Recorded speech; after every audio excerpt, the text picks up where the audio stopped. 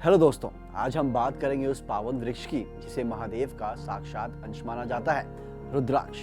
रुद्राक्ष शब्द दो संस्कृत शब्दों रुद्र और अक्ष से मिलकर बना है, जिसका अर्थ है शिव की आंख।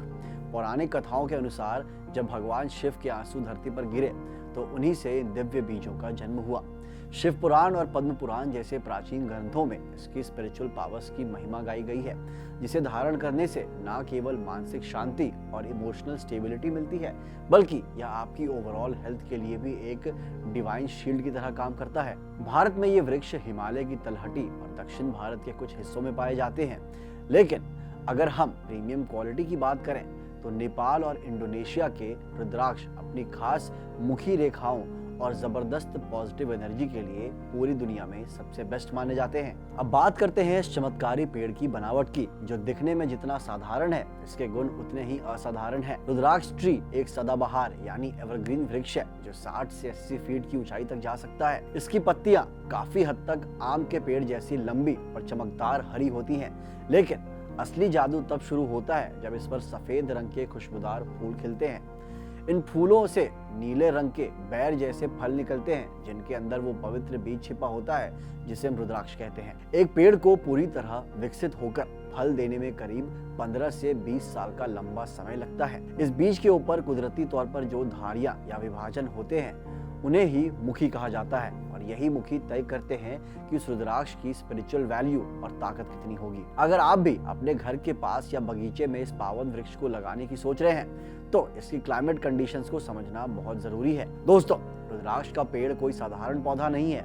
इसे पनपने के लिए खास तरह का गर्म और नमी वाला यानी ह्यूमिड माहौल चाहिए होता है।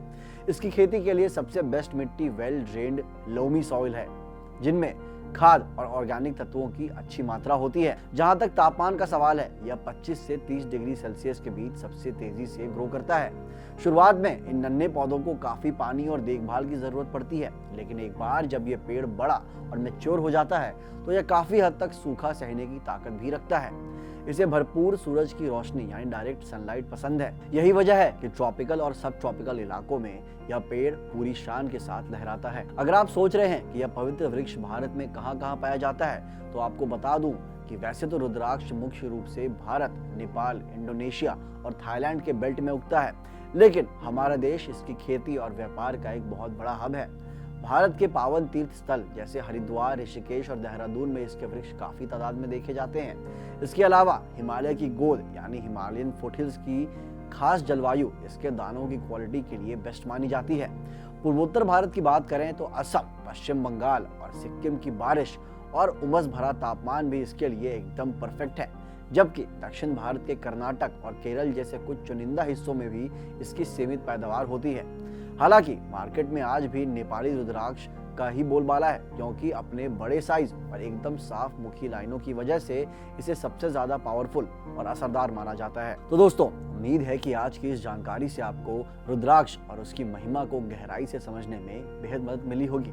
आप इसे आध्यात्मिक शांति के लिए पहने या इसके औषधिक गुणों के लिए, रुद्राक्ष हमेशा से मानवता के लिए प्रकृति का एक अनमोल उपहार रहा है। बस याद रखिए, रुद्राक्ष की शक्ति तभी पूरी तरह काम करती है जब इसे पूरी श्रद्धा और सही जानकारी के साथ धारण किया जाए। कैसी लगी आपको ये जानकारी? कमेंट्स में हर हर महादेव लिखना ना भूलें, और इस वीडियो को अपने उन अपनों के साथ जरूर शेयर करें जो शिव भक्ति और अध्यात्म में रुचि रखते हैं।